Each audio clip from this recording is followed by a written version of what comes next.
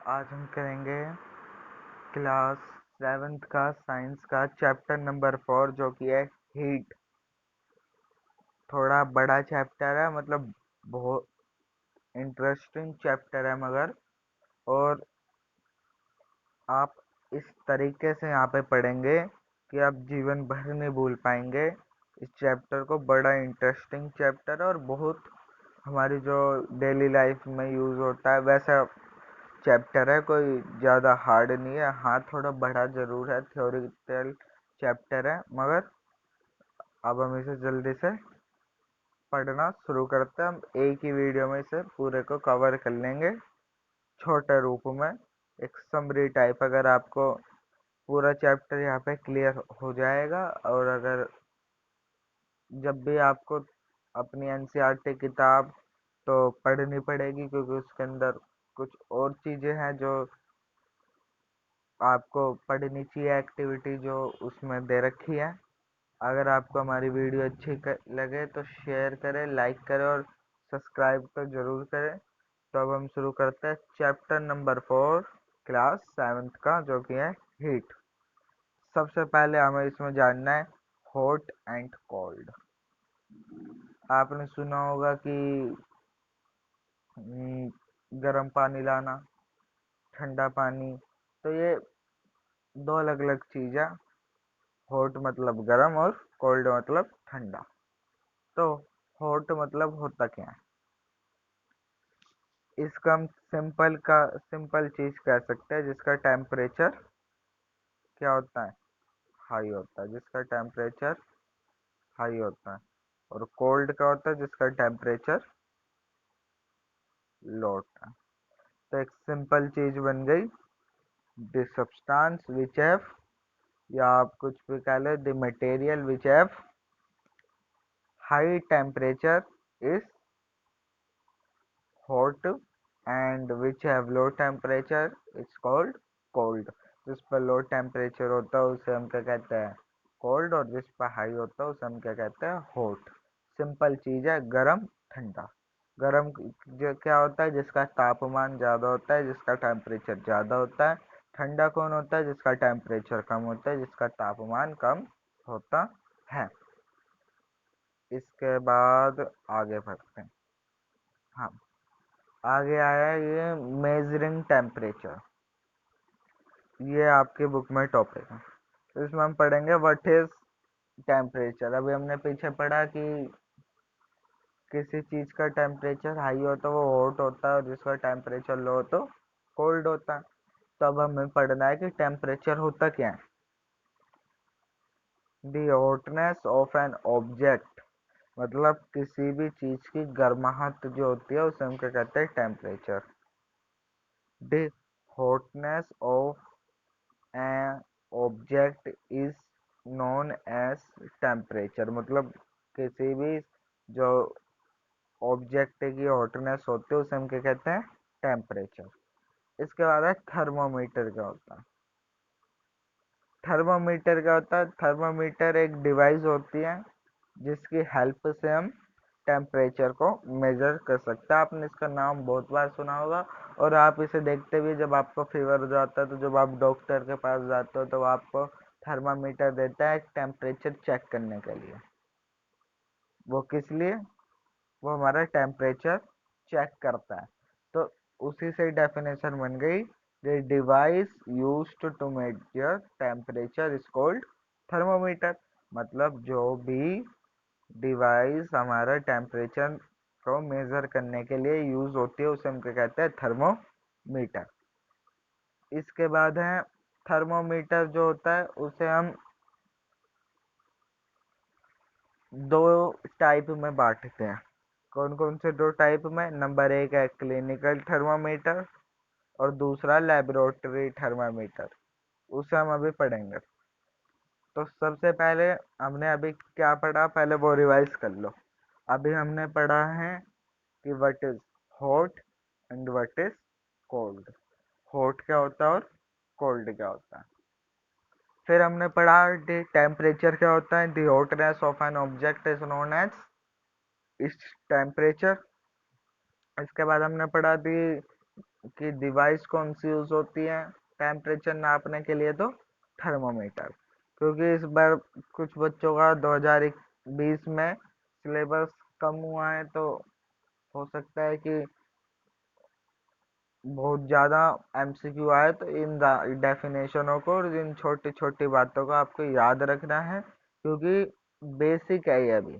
और इसके आगे जो हम पढ़ेंगे वो इसी से जुड़ा हुआ है, और अभी नहीं, आप हायर क्लासेस में भी जो पढ़ेंगे वो इसी से जुड़ा हुआ होगा, और आपके पेपरों में इससे एमसीक्यू भी आ सकते हैं। तो अब सिंपल पता बात चल गई कि टेम्परेचर क्या होता है, hotness of an object, and thermometer क्या होता है, डिवाइस जिससे हम टेम्परेचर नाप सकते हैं। इसके बाद आता है थर्मोमीटर, जो है टू टाइप्स का होता है। Number first clinical thermometer and number second laboratory thermometer. Clinical thermometer क्या होता है? क्लिनिकल थर्मामीटर जो होता है वो ऐसा थर्मामीटर होता है जो हमारी बॉडी का टेम्परेचर नापता है। The thermometer which is use to measure our body temperature is known as is called clinical thermometer।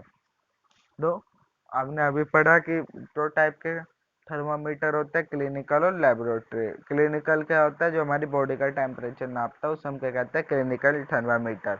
The thermometer which is use for measure our body temperature is called clinical thermometer. और ये आपको ये नीचे यहाँ पे clinical thermometer की picture भी दी गई है, ये क्लिनिकल थर्मामीटर है।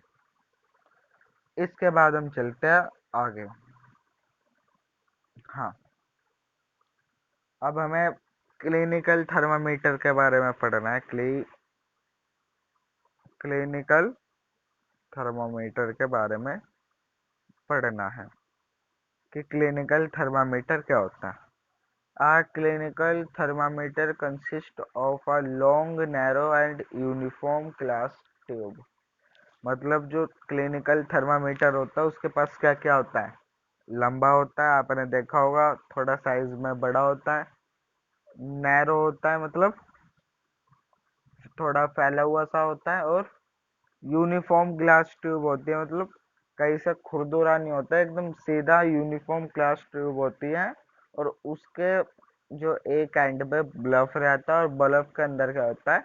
मरकरी। जो क्लिनिकल थर्मामीटर है उसका वन एंड पे क्या रहता है? ब्लफ रहता है, और बल्ब के अंदर क्या होता है?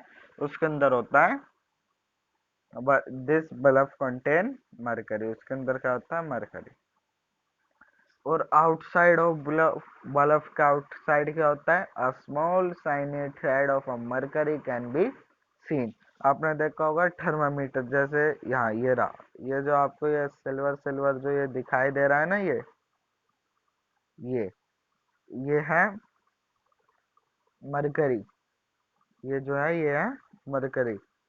तो यहाँ पे यही कहा गया है कि जो ये मरकरी होता है वो बल्ब के अंदर होता है, और बल्ब के बाहर भी जो है एक स्मॉल थ्रेड होता है मरकरी का। इसके बाद हमें पढ़ना है the scale which use thermometer is Celsius scale. मतलब जो स्केल यहाँ पे मेजर की जगह ये यूएन आ गया है, यहाँ पे मेजर आएगा।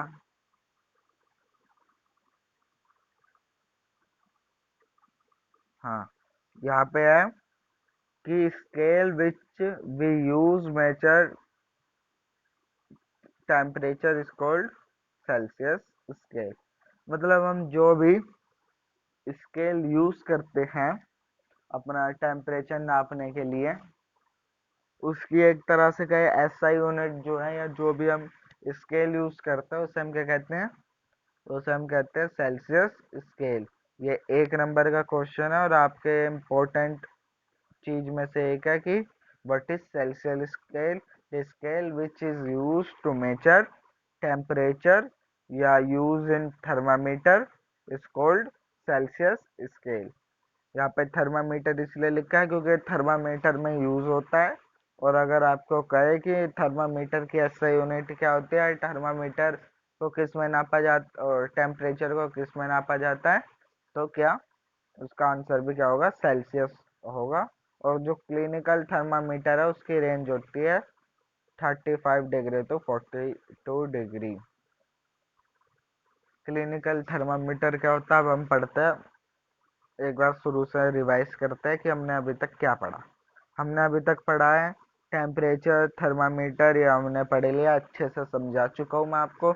हाँ, टेम्परेचर इसके बाद हमने पढ़ा क्लिनिकल थर्मामीटर टू पढ़ा कि वो हमारी बॉडी का टेम्परेचर मेजर करने के लिए यूज होता है। उसके बाद हमने पढ़ा कि क्लिनिकल थर्मामीटर के अंदर क्या क्या होता है, वो लॉन्ग होता है, नैरो होता है, यूनिफॉर्म ग्लास ट्यूब होती है, उसके एक एंड पे ब्लफ होता है और ब्लफ के अंदर मरकरी होता है, और मरकरी जो है वो बल्ब के बाहर भी एक थ्रेड टाइप का होता है, और मरकरी एक सिल्वर कलर का या क्या एक शाइनी सब्सटेंस होता है इन दी एंड ऑफ थर्मामीटर। ठीक है, उसके बाद हमने पढ़ा कि स्केल, सेल्सियस स्केल पढ़ा, जो स्केल थर्मामीटर में यूज किया जाता है उसे हम सेल्सियस स्केल कहते हैं। इसे हम टेम्परेचर की एसआई यूनिट भी कह सकते हैं, थर्मामीटर की भी एसआई यूनिट होती है सेल्सियस। ठीक है, और जो है अगर कोई पूछे कि थर्मामीटर से टेम्परेचर किस में नापा जाता है, दी आपसे पूछ सकता है कि unit of check temperature of thermometer, तो अब सीधा आंसर देंगे, उसका आंसर होगा सेल्सियस स्केल। इसके बाद है क्लिनिकल थर्मामीटर। क्लिनिकल थर्मामीटर की रेंज कितनी होती है, तो क्लिनिकल थर्मामीटर की रेंज होती है 35 degree Celsius to 42 degree Celsius. और एक बात और, ये 35 degree Celsius to 42 degree Celsius ये हमारी बॉडी का नॉर्मल टेम्परेचर भी होता है। इसे हम अभी आगे देखेंगे। इतने में कोई दिक्कत? हाँ, अब आते हैं आगे। अब है कि हमें प्रिकॉशन क्या क्या रखना चाहिए जब हम क्लिनिकल थर्मामीटर यूज करते हैं। Precaution to be observed while using a clinical thermometer, तो बहुत आसान है। नंबर फर्स्ट है, thermometer should be wash before after use, preferably with an antiseptic solution. अब आपने देखा होगा जब आप डॉक्टर की दुकान पे जाते हैं तो थर्मामीटर एक लिक्विड में रखा रहता है, एक पानी जैसी चीज में रखा रहता है, तो कुछ लोग उसे पानी समझते हैं मगर वो पानी नहीं होता, लिक्विड होता है। कौन सा? एंटीसेप्टिक सॉल्यूशन होता है वो, जिससे सेप्टिक नहीं होता, एंटीसेप्टिक सॉल्यूशन होता है जिसके अंदर थर्मामीटर को रखा जाता है। और थर्मामीटर अगर हम जब भी डॉक्टर के पास जाते हैं तो थर्मामीटर एंटीसेप्टिक सॉल्यूशन में से बिल्कुल साफ होना चाहिए, वॉश होके यूज होता है। और उससे यूज करने से पहले हमें थर्मामीटर को एंटीसेप्टिक सॉल्यूशन से वॉश कर लेना चाहिए। इसके बाद आता है कि ensure that before use the mercury level is below 35 degree Celsius. मतलब जब भी हम उसे यूज करें तो उसका जो मरकरी का टेम्परेचर है या लेवल है वो 35 डिग्री से बिलो होना चाहिए, मतलब नीचे होना चाहिए। इसके बाद है read the thermometer keeping the level of mercury along with the line of site. मतलब हमें जो टेम्परेचर है वो हमें अच्छे से जो देखना चाहिए, वो एक लाइन ऑफ साइट जो आप देख आ जाती है उस पर थर्मोमीटर पर, जब हम अपना टेम्परेचर चेक करते हैं उससे हम उसे चेक कर सकते हैं। Handle the thermometer with care. हमें जो थर्मामीटर है उसे अच्छे से पकड़ना चाहिए, गिरना नहीं चाहिए, नहीं तो वो टूट सकता है। If it hit against some hard object it can be break. अगर हम उसे गिरा देंगे या किसी भी हार्ड ऑब्जेक्ट के साथ उसे मारेंगे या वो उसके ऊपर गिर जाएगा या गलती से हमसे लग जाएगा तो इट कैन बी ब्रेक, वो टूट सकता है। Don't hold the thermometer by the bulb while reading it. और हमें जो है थर्मामीटर को नहीं पकड़ना चाहिए बल्ब की तरफ से जब वो थर्मामीटर रीडिंग कर रहा। इसके बाद यहाँ ये मैंने दो चीज़ यहाँ पे लिखी है, इसे आप एक बार दोबारा रिवाइज कर ले। वैसे इस चीज़ में पूरा बता दिया गया है। दो चीज़ मैंने यहाँ पे लिखी है। Wash the thermometer with antiseptic solution, मतलब जो थर्मामीटर है मैं एंटीसेप्टिक सॉल्यूशन से धोना चाहिए। इससे जो है सेप्टिक फैलने से रुक सकता है। सेप्टिक एक बीमारी होती है, वो आप बाद में पढ़ेंगे। इसके बाद है the jerk will be nearing the level of mercury. जो जर्क होता है वो लेवल ऑफ मरकरी के बिल्कुल नियर होता है, आसपास होता है। ठीक है। जर्क, जर्क आपके बुक में अच्छे से एक्सप्लेन कर रखा है, आप बुक में से भी प्रेफर कर सकते हैं, परंतु आप इतना ही याद रखेंगे तो आपके लिए बहुत है। आपको अभी ज़्यादा हाई चीज़ जाननी नहीं है, अभी आप क्लास 7th में ही हो। इसके बाद चलते हैं आगे। इसके बाद है normal temperature of human body is 37 degree Celsius. ये क्या है? मैंने भी आपको पीछे बताया था 35 degree Celsius to 42 degree Celsius. आपको पता होना चाहिए जो हमारा बॉडी टेम्परेचर है वो किस रेंज में रहना चाहिए। किस रेंज में रहना चाहिए वो अभी हमने पीछे पढ़ा है। क्या है वो? 35 degree Celsius to 42 degree Celsius. इसके बाद है कि जो हमारी बॉडी का वो टेम्परेचर कितना रहना चाहिए, नॉर्मल टेम्परेचर कितना होना चाहिए, तो वो है 37 डिग्री सेल्सियस हमारा जो है एक नॉर्मल बॉडी का टेम्परेचर रहना चाहिए। इसके बाद है note that temperature is straight with इस यूनिट। हमें एक चीज और नोट करनी चाहिए, जो टेम्परेचर है, जो टेम्परेचर है वो उसकी यूनिट के साथ जरूर लिखना चाहिए, और उसकी यूनिट होती है सेल्सियस। जैसे आपका टेम्परेचर है 37, अगर आपने लिखा तो डिग्री का साइन लगा के सेल्सियस, ये आपको जरूर लिखना चाहिए, जब लोग पहचान पाएंगे कि आपने टेम्परेचर लिखा। नहीं तो 37 का बहुत सारे मतलब होते हैं, आप सेल्सियस जरूर लगाए, डिग्री सेल्सियस, है ना। इसके बाद नीचे लिखा है the clinical thermometer is designed to measure the temperature of human body only. अब क्लिनिकल थर्मामीटर का भी हमने पढ़ा, वो बॉडी टेम्परेचर नापते। यहाँ पे फिर वही बात कही गई है, जो क्लिनिकल थर्मामीटर है उसे बनाया इसलिए गया, उसे डिजाइन इसलिए किया गया है कि ताकि वो ह्यूमन बॉडी का टेम्परेचर नाप सके। इसके बाद है thermometer the temperature of human body normally doesn't go below 35 degree Celsius और अबव 42 डिग्री सेल्सियस।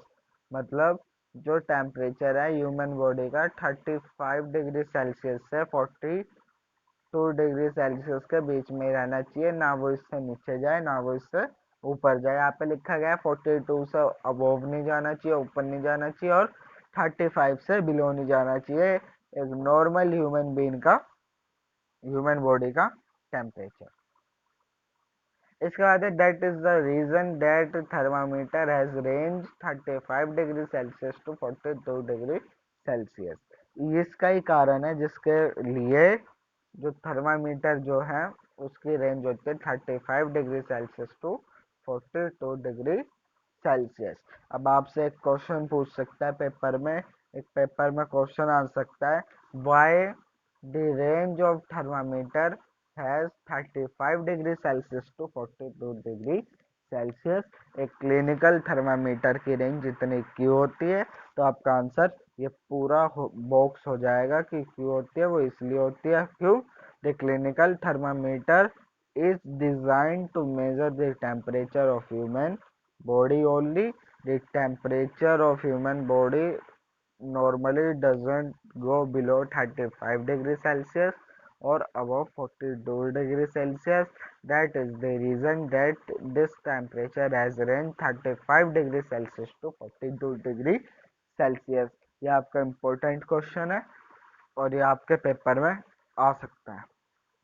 इसके बाद हम चलते हैं आगे।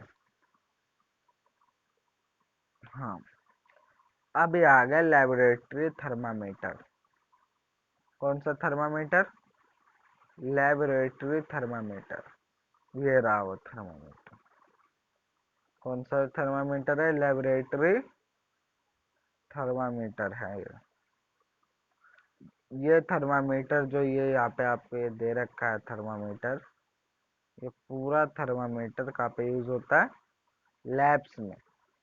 जहाँ पे क्लिनिकल की बात आए वहाँ समझ लो ह्यूमन बॉडी की बात हो रही है, और जहाँ बात आए लेबोरेटरी थर्मामीटर की तो वहाँ समझ लो बात हो रही है किसकी? लैब्स की, मतलब जहाँ पे एक्सपेरिमेंट होते रहते हैं। अब हमें पढ़ना है लेबोरेटरी थर्मामीटर, तो हम पढ़ना शुरू करते हैं। The different type of thermometer are used for different purpose। मतलब जो डिफरेंट टाइप के जो थर्मामीटर होते हैं वो डिफरेंट पर्पस के लिए यूज होते हैं। अभी हमें 7th में तो दो ही पढ़ना है, क्लिनिकल और लेबोरेटरी थर्मामीटर। इसके बाद पढ़ना है the maximum and minimum temperature of the previous day reported in weather reports are measure by thermometer called maximum minimum thermometer. आपने देखा होगा अखबार में, न्यूज़पेपर में जो होता है maximum temperature and minimum temperature लिखा रहता है, तो मैक्सिमम मिनिमम थर्मामीटर से नापा जाता है। डिफरेंट जो थर्मामीटर होते हैं डिफरेंट चीज़ों के लिए यूज़ किए जाते हैं। तो मैक्सिमम और मिनिमम टेम्परेचर जो होता है हर एक दिन का जो रिपोर्ट किया जाता है हमें वेदर रिपोर्ट में जो आता है, वो मैक्सिमम मिनिमम थर्मामीटर से नापा जाता है। इसके बाद है कि हमने क्लिनिकल थर्मामीटर पढ़ा क्या होता है। अब है लेबोरेटरी, हमने लेबोरेटरी थर्मामीटर पढ़ लिया क्या होता है, किस चीज के लिए यूज होता है। फिर हमने पढ़ा था क्लिनिकल थर्मामीटर की रेंज क्या होती है। तो क्लिनिक यहाँ पे दे रखा है लेबोरेटरी थर्मामीटर की रेंज, तो पढ़ते हैं यहाँ से। नोट से हम शुरू कर रहे हैं। Note the highest and the lowest temperature it can be measure. The range of laboratory thermometer is generally -10 degree to 110 degree Celsius. और यही थर्मामीटर आपने कहा होगा सर आपने तो बता दिया कि क्लिनिकल थर्मामीटर का यूज होता है ना, बॉडी टेम्परेचर के लिए। तो लेबोरेटरी थर्मामीटर आपने बताया लैब में यूज होता है, और किस और एक और चीज जहाँ पे वो यूज होता है वाटर का टेम्परेचर नापने के लिए भी वो यूज होता है। The range of laboratory thermometer -10 से लेके यहाँ पे होगा -10, और यहाँ से लेके यहाँ तक 110 तक इसकी रेंज होती है जहाँ तक ये टेम्परेचर नाप सकता है। हमें लेबोरेटरी और क्लिनिकल थर्मामीटर हमारा में भी शायद खत्म हो गया। इसके बाद हम आगे देखते हैं। हाँ, थोड़ी बहुत चीज और बची है। इसके बाद हम आएंगे ट्रांसफर ऑफ हीट पे। पहले हम यह पढ़ते हैं। इसके बाद ये आपको यहाँ पे दे रखा है इन एडिशन टू प्रिकॉशन। हमें जैसे कि हमने पढ़ा था क्लिनिकल थर्मामीटर के क्या क्या प्रिकॉशन होने चाहिए, हमें क्या क्या चीज करनी चाहिए जब हम टेम्परेचर नापते हैं। क्लिनिकल थर्मामीटर से ऐसे यहाँ पे है कि हमें क्या क्या प्रिकॉशन, हमें क्या क्या सावधानियां बरतनी चाहिए जब हम टेम्परेचर नापते हैं लेबोरेटरी थर्मामीटर से। तो नंबर फर्स्ट यहाँ पे दे रखा है should be cap upright not tightly. मतलब यहाँ पे दे रखा है कि उसे जो है ऊपर से पकड़ना चाहिए, नीचे से नहीं, और ना ही ज्यादा टाइट उसे पकड़ना चाहिए। Bulb should be surrounded from all the side by the substance of which the temperature is to be measured। मतलब जो बल्ब होता है, जो बल्ब है लेबोरेटरी थर्मामीटर का, जो ये बल्ब है, ये जो आपको दिखाई दे रहा है सिल्वर सिल्वर, जो आपको दिखाई दे रहा है, वो क्या होना चाहिए? वो होना चाहिए जिस भी चीज का हम जो टेम्परेचर नाप रहे हैं वो उसके चारों तरफ होनी चाहिए, ओल्ड साइड में वो चीज होनी चाहिए। मान लीजिए ये आपका ये एग्जांपल दे रखा है, मैं आपको मानता हूँ, हमने वाटर का टेम्परेचर नापते हैं, तो ये जो बल्ब है इसके चारों तरफ पानी होना चाहिए। ये नहीं कि नीचे पानी है, ऊपर पानी नहीं है, साइड में पानी है, इस साइड पानी नहीं है, ऐसा नहीं होना चाहिए। इसके चारों तरफ पानी होना चाहिए। इसके बाद इसके बाद आगे दे रखा है दी bulb should not touch the surface of the container. दूसरी बात जो हमें याद रखनी है वो ये है कि बल्ब जो होगा, जो सबसे एंड वाला पार्ट होता है थर्मामीटर का, वो जिस भी चीज में हम टेम्परेचर नाप रहे हैं उसका जो एंड पॉइंट होता है, मान लीजिए हम कंटेनर का नाप रहे हैं तो कंटेनर का एंड पॉइंट उस बल्ब को नहीं टच करना चाहिए, नहीं तो इट में भी डैमेज हो, खराब हो सकता है। इसके बाद है mercury not fall when we take thermometer in mouth.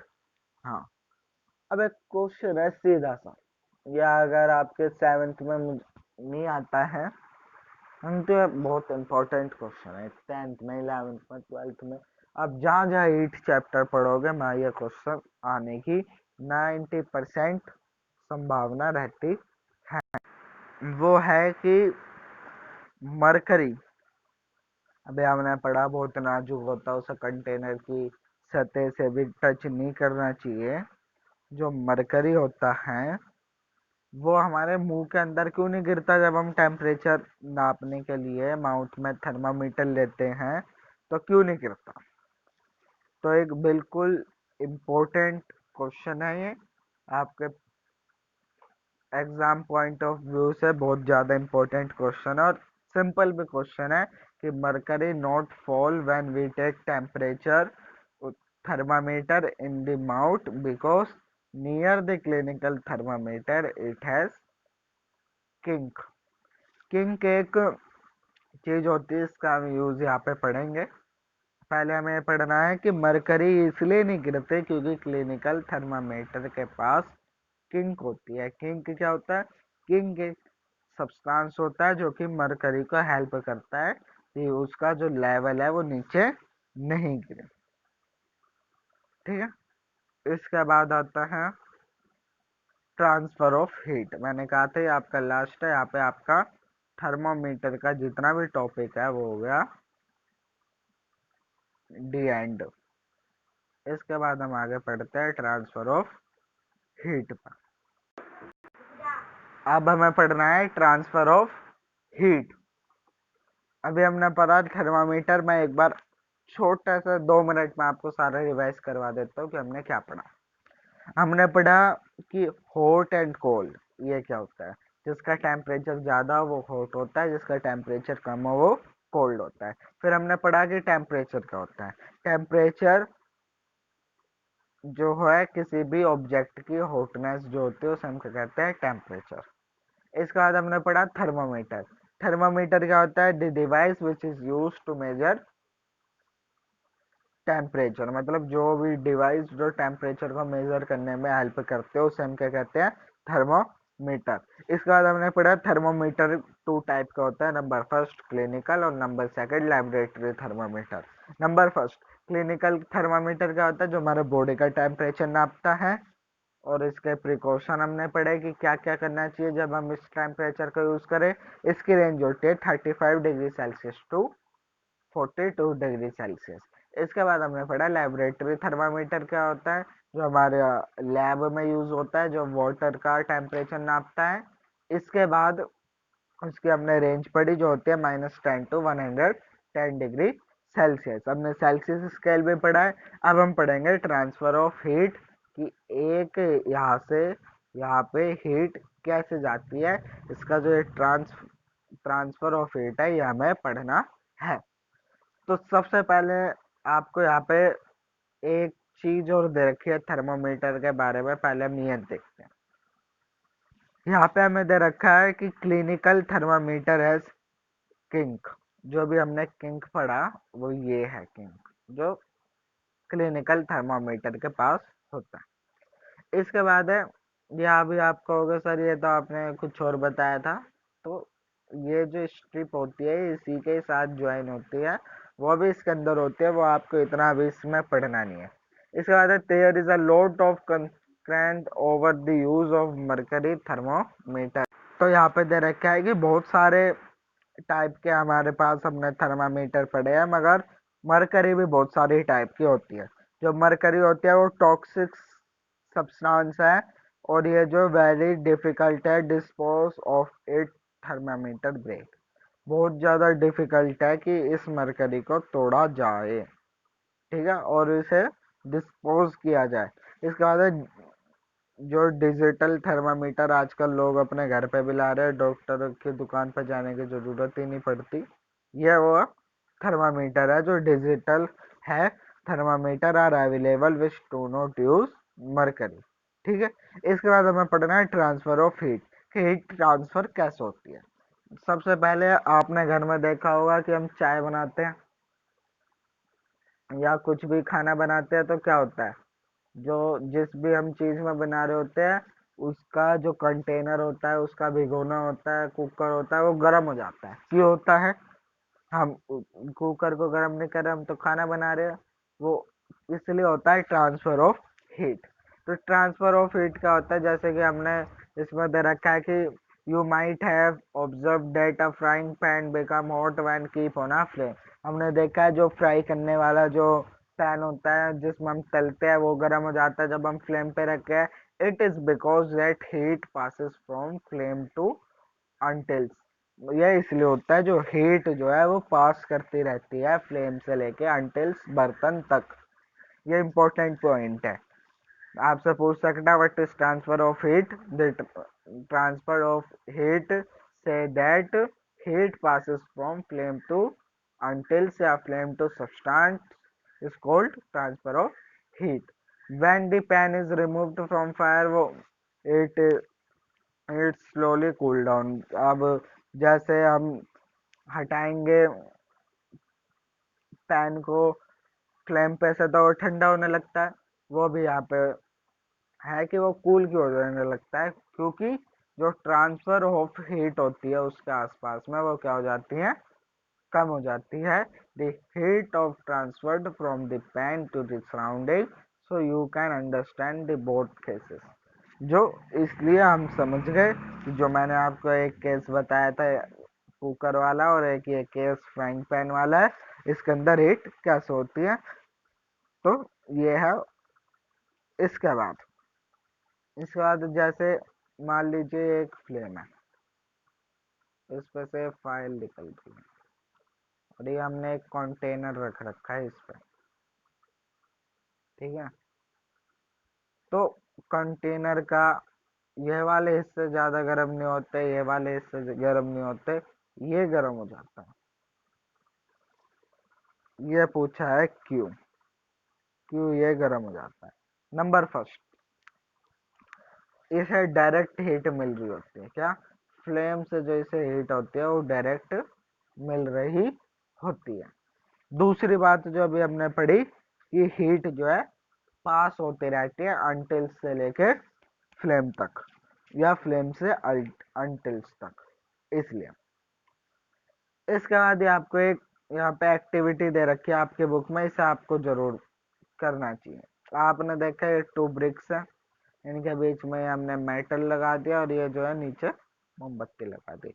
एक बात आप याद रखना है कि जितने भी हार्ड मेटल या हार्ड नॉन मेटल होते हैं उन्हीं में ये ट्रांसफर ऑफ हीट होता है, और खासकर मेटल में तो बहुत ज्यादा, मतलब जनरली जितने भी मेटल होते हैं सब में ट्रांसफर ऑफ हीट होता है, जबकि नॉन मेटल में ज्यादा नहीं होता। क्यों नहीं होता?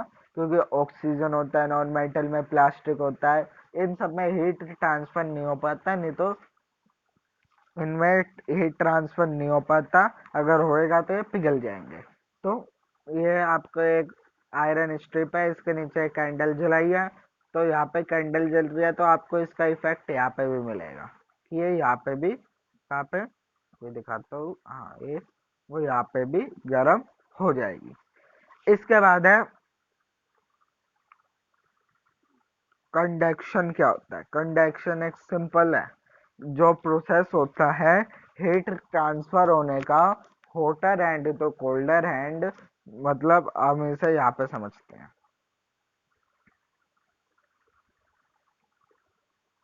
यहाँ पे ये एक, मान लीजिए ये एक आयरन स्ट्रिप है, जहाँ पे हमने ये कैंडल जला ली, ठीक है।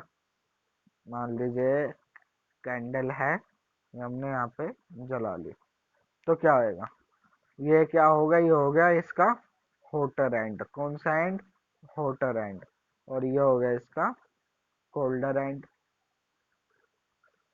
ठीक है, कोल्डर एंड। इसे ही हम क्या कहते हैं? कंडक्शन। क्या कहते हैं? कंडक्शन। अब कैसे, वो मैं अभी बताता हूँ आपको। जो हीट यहाँ से हॉट एंड से कोल्ड एंड में ट्रांसफर हुई, उसे ही हम क्या कहते हैं? कंडक्शन। एक सिंपल डेफिनेशन बन गई, the process of transfer heat from hotter end to colder end is called conduction. एक चीज और याद रखना, हमेशा गर्म चीज हल्की होती है और ठंडी चीज भारी होती है। और कोल्ड, हमेशा जो चीजें होती है वो कोल्ड से, सॉरी, हॉट से कोल्ड में जाती है, ठीक है। ये हमने कंडक्शन पढ़ लिया। और जो कंडक्शन है वो ज़्यादा जो होता है सॉलिड में होता है, मैंने आपको बताया हार्ड सब्सटेंस में होता है। और जो पिघल नहीं सकते उन सब्सटेंस में हीट होती है, मतलब जो बहुत हाई टेम्परेचर पर पिघलते हैं उनमें ट्रांसफर ऑफ हीट होती है। इसके बाद है कंडक्टर एंड इंसुलेटर। ये दो टॉपिक आपको पढ़ने हैं कि what is conductor and what is insulator. इनके 2 नंबर का क्वेश्चन पक्का आपके पेपर में आएगा कि what is conductor and insulator. तो बहुत आसान है, the material which allow to pass heat from them easily is called conductor. जो जितने भी सब्सटेंस होते हैं जिसके अंदर से हीट या इलेक्ट्रिसिटी पास हो जाते हैं उसे हम क्या कहते हैं? कंडक्टर। और जो इंसुलेटर होता है, this material which do not allow to heat pass through them are called insulator. ये आपको डेफिनेशन इनकी याद कर लेनी है। इनका एग्जांपल समझ लो, एल्यूमिनियम, आयरन। एल्यूमिनियम का एग्जांपल ले सकते हैं, एल्यूमिनियम फॉयल जब हम गर्म रोते रखते हैं तो वो भी गर्म हो जाता है। आयरन का हम एग्जांपल लेते हैं, जब हम गर्म लोहा करते हैं तो वो पूरा ही गर्म हो जाता है। और इंसुलेटर का हम एग्जांपल यहाँ पे दे रखा है, इंसुलेटर का एग्जांपल नहीं दे रखा, हाँ ये प्लास्टिक दे रखा है और वुड दे रखा है। अगर हम प्लास्टिक को गर्म करेंगे तो पिघल ही जाएगी, और अगर हम वुड को गर्म करेंगे, अगर हम आगे से वुड गर्म कर रहे हैं तो पीछे ठंडी रहती है, यहाँ पे ट्रांसफर ऑफ हीट नहीं होता। तो एक बात और मान लो, बांध लो गांठ की जो हमेशा हीट ट्रांसफर ऑफ हीट होती है वो किसमें होता है? कंडक्टर में होती है। और वाटर एंड एयर जो है poor conductor of heat and electricity है। ये 1 नंबर का क्वेश्चन आपका बन सकता है। तो ये हमारा पूरा टॉपिक था ट्रांसफर ऑफ हीट का। इसके बाद हमें पढ़ना है कि जब वाटर और एयर पुअर कंडक्टर है हीट के, तो एयर तो गर्म होती है ना, जिसे हम लू कहते हैं। Hot air is known as loo, ठीक है। और वाटर भी गर्म हो जाता है, जबकि ये तो पुअर कंडक्टर है हीट के। ये कैसे गर्म होते हैं, अब हम इनका प्रोसेस देखेंगे। हाँ, इसमें आपने पढ़ा है when water is heated the water near the flame get hot. मतलब जब भी हम वाटर गर्म करते हैं, जो वाटर जो होता है फ्लेम के पास वो गर्म हो जाता है। हॉट वाटर राइज अप, जो गर्म पानी होता है वो राइज हो जाता है, ऊपर उठने लगता है, जिसे हम कहते हैं उबलने लगता है। The cold water from this side move down toward the source of heat, this water also get hot and rise. जो कोल्ड वाटर होता है वो भी नीचे की तरफ पहले जाता है, जैसे आपने बहुत सारी बर्फ डाली तो पहले पिघलती है और उसके बाद वो भी हीट होता है। तो आपको नीचे दे रखा है, this water also get hot and rise and water, नीचे दे रखा है this process continue till the boiled water get heated. जो ये प्रोसेस होता है ये किसका, वाटर राइज होने का जो ये प्रोसेस होता है, जिसके अंदर वाटर हॉट होता है, जिसके अंदर पानी उबलता है, जो ये प्रोसेस होता है, ये जब तक चलता है पूरा प्रोसेस, जब तक वाटर पूरा हीटेड नहीं हो जाता, पूरा खत्म नहीं हो जाता, पूरा उबल नहीं जाता, this mode of heat is known as convention. और जो ये हीट का मोड है इसे हम क्या कहते हैं, कन्वेंशन। जैसे नीचे फ्लेम है, ये पानी उबलेगा, उसके बाद फिर मंदा हो जाए, फिर गैस बंद, हम टेम्परेचर लो कर देंगे तो ये नीचे चला जाएगा, फिर ये उबलेगा, फिर ये टेम्परेचर लो करने पर नीचे, फिर उबलेगा, फिर नीचे, फिर उबलेगा, फिर नीचे, और ऐसे कर करके जो है पूरा वाटर हीट अप हो जाएगा, और इसे हम कहते हैं कन्वेंशन। इसे ये सिंपल है। इसके बाद हमें पढ़ना है कि कोस्टल एरिया में लोग रहते हैं, समुद्र के किनारे, उसे हम कहते हैं कोस्टल एरिया। ठीक है।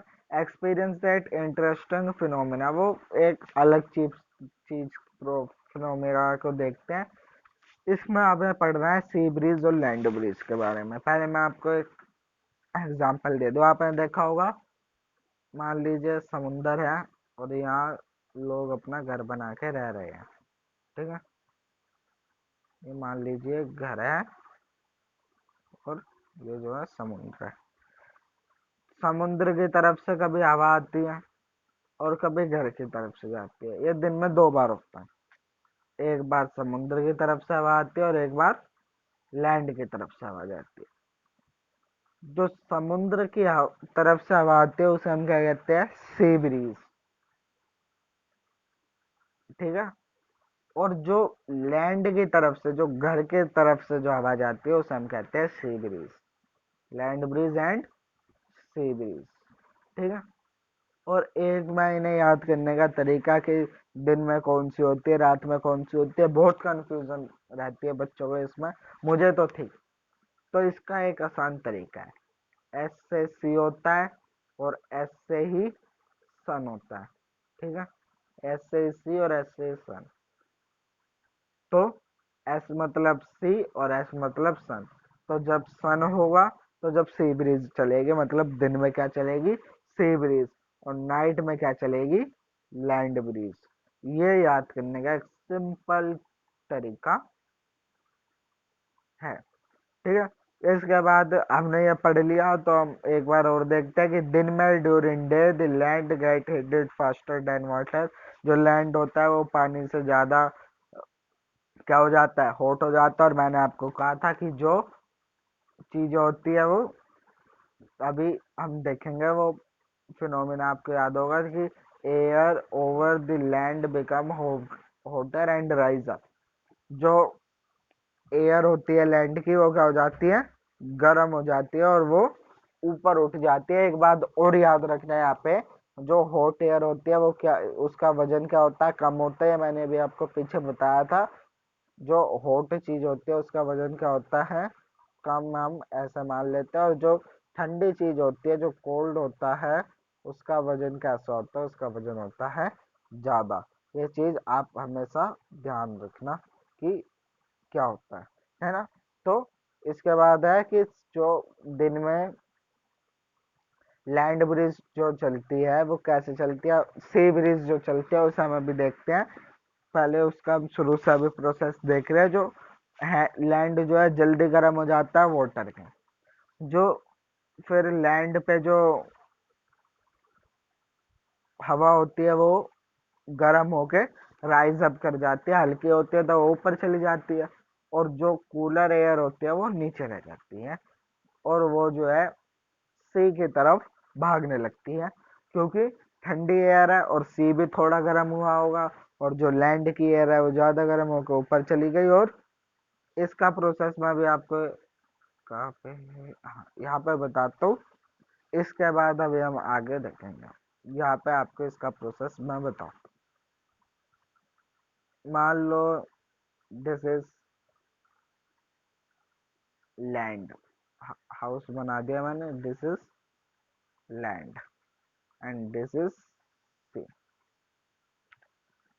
यहाँ की एयर क्या हुई, हॉट हुई, क्या हुई, हॉट, और वो का चली गई ऊपर। तो यहाँ पे एरिया जो हो गया वो हो गया एम्प्टी, मतलब खाली हो गया, है ना। और यहाँ पे थी एयर, ये थोड़ी ठंडी एयर है इससे मुकाबले, तो यहाँ की एयर यहाँ पे क्या हो गई, शिफ्ट। और this shifting of air is known as sea breeze. मतलब जो एयर, जो सी की एयर होती है जो इधर शिफ्ट हो जाती है उसे हम क्या कहते हैं, सी ब्रीज।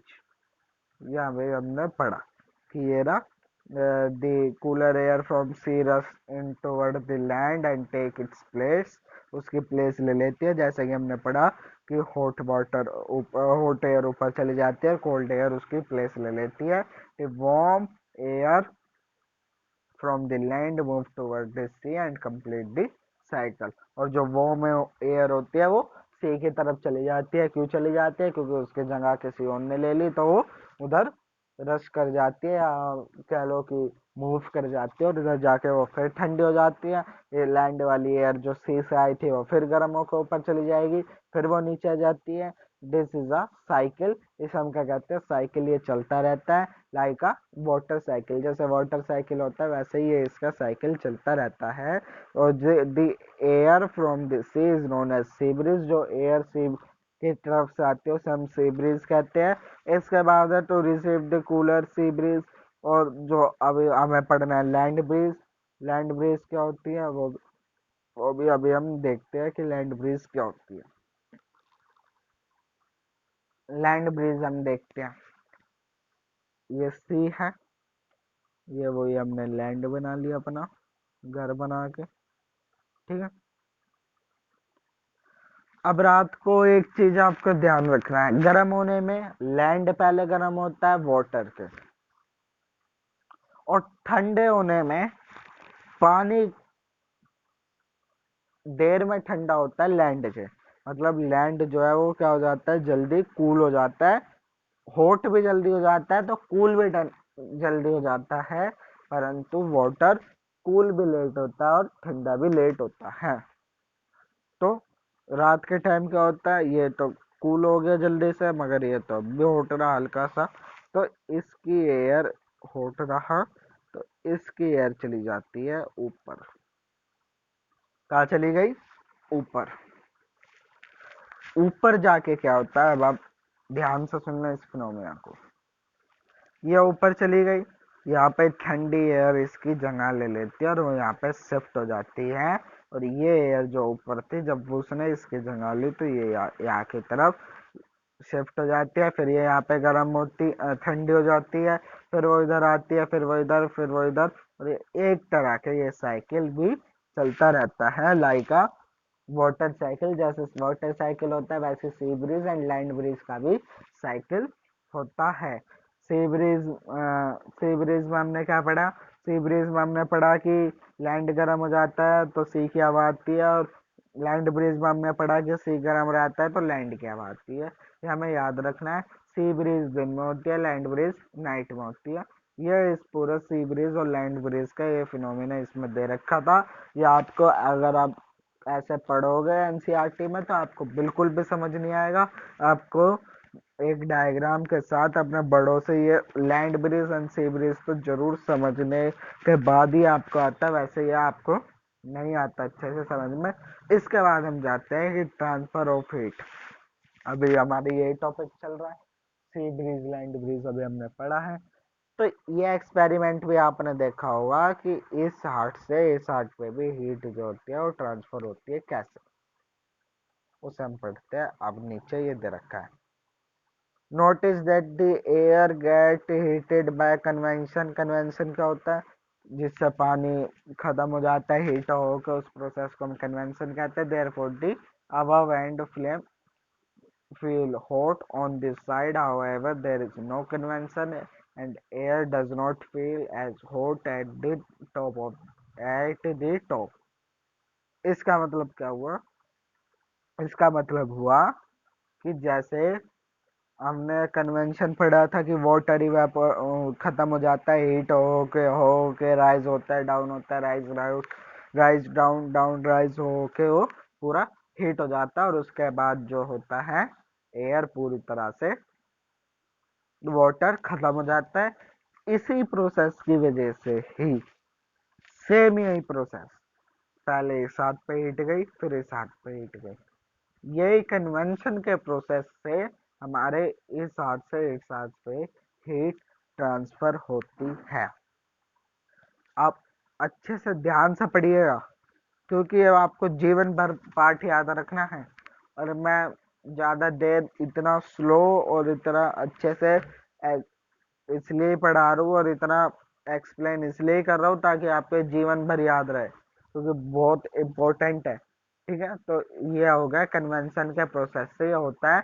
ये आपके अब नहीं तो बड़े जाके तो जरूर ये आपका जो जॉब के पेपर होते हैं उनमें आएगा। अब when we come out sun we feel warm, जब सन आ जाता है तो हम वार्म फील करते हैं। तो how does heat from this sun reach, तो हमारे पास जो सन की हीट है वो कैसे आती है। तो it can not reach by conduction और कन्वेंशन, वो कंडक्शन से भी नहीं आती और कन्वेंशन से नहीं आती। कन्वेंशन क्या होता है? कन्वेंशन एक प्रोसेस होता है जिसमें जो जो भी सब्सटेंस को हीट करता है वो खत्म हो जाता है। और कंडक्शन अभी हमने यहाँ पे पढ़ा है एक बार, और आप इसे रिवाइज कर लो। जब हॉटर से कोल्डर सब्सटेंस में जो हीट जाती है, ठीक है, ना यहाँ पे इनमें से कुछ नहीं होता। As there is no medium such as air is most part of the space between earth and sun, और वहां पे कोई मीडियम भी नहीं है अर्थ और सन के बीच में जो एयर ट्रांसफर हीट जो है ट्रांसफर हो सके। ठीक है, तो आपके दिमाग में एक क्वेश्चन होगा कि फिर हीट सन के हमारे पास आती कैसे है? वो पार्टिकल्स के द्वारा आती है, जो एयर में पार्टिकल है। इसके बाद होता है movement of air different time. तो डिफरेंट टाइम में जो अभी हमने सी ब्रीज और लैंड ब्रीज पढ़ा, वो डायग्राम आपको यहाँ पे दे रखा है, जो मैंने अभी आपको खुद हाथ से बना के बताया था। वो ये है कि डे का टाइम है, इसका टेम्परेचर हाई है, इसका क्या है, इसका लो है, इसकी एयर ऊपर गई, इसकी एयर यहाँ शिफ्ट कर गई, फिर ये एयर यहाँ शिफ्ट कर गई, फिर ये ऐसे साइकिल चलता रहता है। ये रहा, ये हॉट एयर होती है यहाँ जाती है और कूल वाली यहाँ जाती है, ऐसे साइकिल चलता रहता है। नाइट टाइम का है, ये डे टाइम का है। ठीक है, इसे हम कहते हैं सी ब्रीज, इसे हम कहते हैं लैंड ब्रीज। ये अभी हमने आप पूरा पढ़ा है अच्छे से। इसके बाद इसके बाद है रेडिएशन क्या होता है, ये बहुत इंपॉर्टेंट है। इस चैप्टर का हर एक कुछ इम्पोर्टेंट है, मगर ज़्यादा आपका 7th में नहीं पूछा जाएगा इस चैप्टर से। और मे बी ये चैप्टर हमारा फिनिश हो गया, हम इसे 10 मिनट के अंदर और फिनिश कर लेंगे। कि we often use electricity and fuel like coal and wood to keep our house cool and warm. हम इलेक्ट्रिसिटी और कोल वोल का यूज करते हैं अपने हाउस को गर्म और ठंडा करने के लिए। If it is possible to construct building and that are not affected much by the heat and the cold outside. क्या आपको पता है कि जो हीट बाहर होती है, जो ठंडा बाहर होता है, उससे हमारे जो हाउस होते हैं वो डिफेक्ट होते हैं। It can be done by the construction outer wall of the building so they have trapped layer of air. जो हमारा जो कंस्ट्रक्शन होता है, जो उसकी बाहर की वॉल होती है, उसके वो जो है बहुत सारे एयर जो होते हैं उसके अंदर, उससे वो ट्रैप्ड होती है, पकड़ी हुई होती है। One way of doing this it is use the hollow brick. हम इसे इसका यूज और हम इसे दूर कैसे कर सकते हैं? तो आपने देखा होगा कुछ घरों में छेद छोड़े रहते हैं, वो इसलिए छोड़े रहते हैं ताकि जो एयर है वो ट्रैप्ड ना हो, वो हमारे घर की दीवारों को जकड़ ना ले। Which are available these days, जो कि आजकल हम देख रहे हैं कि लोग अपने घरों में थोड़ा थोड़ा छेद छोड़ देते हैं, एक ईंट का छेद छोड़ देते हैं। वो इसलिए ताकि जो बाहर की जो कोल्ड एंड हॉट एयर है वो हमारी दीवार को ट्रैप्ड ना करे। इसके बाद होता है another process is radiation. Radiation क्या होती है? अभी हमने पढ़ा कि यहाँ पे पढ़ा था कि हमारे पास एयर कैसे आती है, वो उसका आंसर यहाँ पे है। मैंने पार्टिकल बताया था मगर उसका अच्छे से एक्सप्लेन करके आंसर यहाँ पे दे रखा है।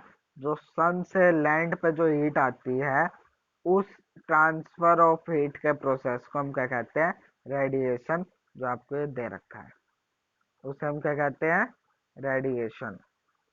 तो एक सिंपल प्रोसेस हो गया, एक सिंपल डेफिनेशन हो गई। The process of transfer heat from sun to land is known as radiation.